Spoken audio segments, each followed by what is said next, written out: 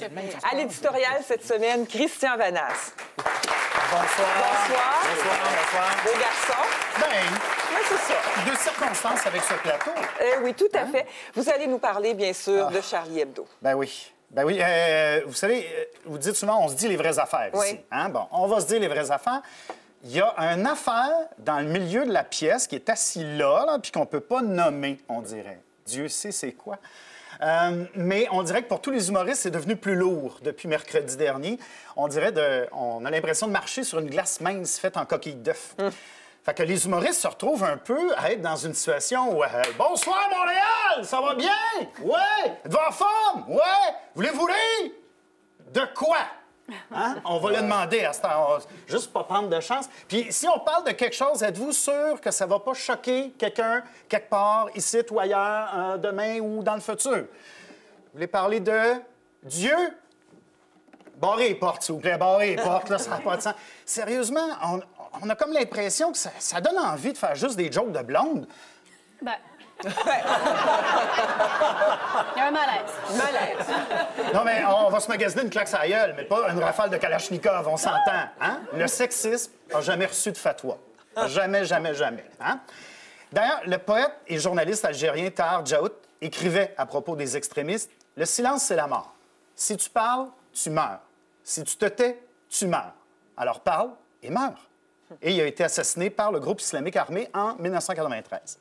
Donc, il faut en parler. Donc, je suis Charlie, même si on va apporter des nuances, hein, parce que les Charlie varient.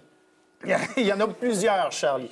Il y a des Charlie votent en guerre qui vont appeler à moins de liberté pour plus de liberté et qui, visiblement, n'ont rien compris à l'esprit de Charlie Hebdo. D'autres qui proclament « Le coupable, c'est le yob », comme dirait le maire de Saguenay, Lola Tremblay, qui, lui, visiblement, a tout compris à tout. Hein? Et d'autres qui, comme Gérard Depardieu, vont s'afficher « Je suis bourré ». Ouais. Oui, il le fait. Ça, c'était un peu Charlie, quand même. Hein? C'est une caricature qu'aurait pu faire Charlie. D'autres qui sont Charlie par intermittence. On pense à Stephen Harper. Bien, déjà qu'il lit pas beaucoup, hein, ça devait pas... Wolinski était sûrement pas son joueur préféré.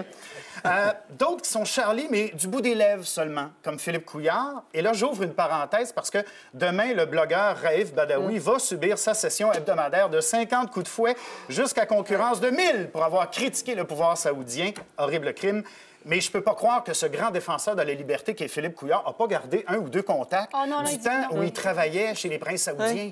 Non, mais tu sais, histoire d'y envoyer une petite carte de fête à M. Badawi, c'était sa fête hier. Bon, fermez la parenthèse. Certains vont rajouter des virgules à leur Charlie. Je suis Charlie. Il y a aussi l'Irak, l'impérialisme, l'injustice, jusqu'à notre société d'inégalité et de surconsommation. Et nous dépensons des millions de fois plus pour combattre à l'extérieur de nos frontières qu'à régler la violence domestique qui tue chaque année plus que le terrorisme. Mais c'est vrai. C'est vrai, ils ont raison. Merci de leur précision et de leur compréhension générale du travail de Charlie Hebdo. Et c'était de toute beauté de voir les politiciens marcher devant une foule qui scandait des slogans « France unie, France debout » et qui chantait la Marseillaise « Qu'un sang impur abreuve nos sillons ». Charlie les aurait vraiment trouvés cons. Et il y avait peut-être un peu de l'esprit saint de Charlie dans ce pigeon qui est allé chier sur l'épaule de François Hollande pendant la marche. Devant l'équipe de Charlie, en plus. C'était très drôle. Mais moins drôle était les « Je suis Charlie, mais ». Ça, ils m'ont fait un petit peu peur parce que j'ai plus peur d'eux autres que des terroristes parce qu'il y en a beaucoup plus des « mais ». Ils allaient trop loin. Ils allaient trop loin, voyez-vous. Mais dans notre société, à la vitesse que les gens reculent, c'est facile d'aller trop loin. T'as juste à rester sur tes positions, t'es déjà trop loin. Mais ils offensaient. L'humoriste Stephen Fry disait... Des gens proclament de plus en plus « je suis offensé », comme s'il s'agissait d'un droit. Mais c'est rien de plus qu'une plainte. C'est rien de plus. Ça n'a aucune signification, aucun but. C'est même pas respectable comme phrase. « I am offended by that ». So fucking what? Dans un débat, on ne peut pas exprimer son désaccord avec des arguments de plomb, autrement que sur une feuille de papier. Et on ne peut pas être pour la liberté d'expression, mais seulement avec des gens avec qui on est d'accord. Ça ne marche pas comme ça. La démocratie, c'est des nuances. Mais il y en a qui n'aimeront jamais ça, les nuances. Il y en a qui, écoute, ils n'aiment pas ça, le brun. Fait que peu importe la nuance, le brun, ça va les choquer. Donc, du choc des idées naît la lumière, selon moi. Et si une idée, une religion, par exemple, se proclame seule lumière, elle devient incontestable, incritiquable et inattaquable. On ne peut même plus en rire, et là, on a un sérieux problème. Elle deviendra donc le cancer de la démocratie. Et selon moi, devrait être considérée, la religion, devrait être considérée comme la cigarette, hein, à plus de 9 mètres de toute entrée publique. On peut rire, on doit rire, c'est important. L'auteur Umberto Eco fait dire au moine meurtrier, au personnage du moine meurtrier dans le film Au nom de la rose, le rire tue la peur. Et sans la peur, il n'y a pas de foi.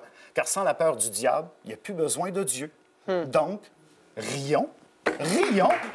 Voilà. Christian Vanasse, merci beaucoup. Au retour, Bernard Drinville.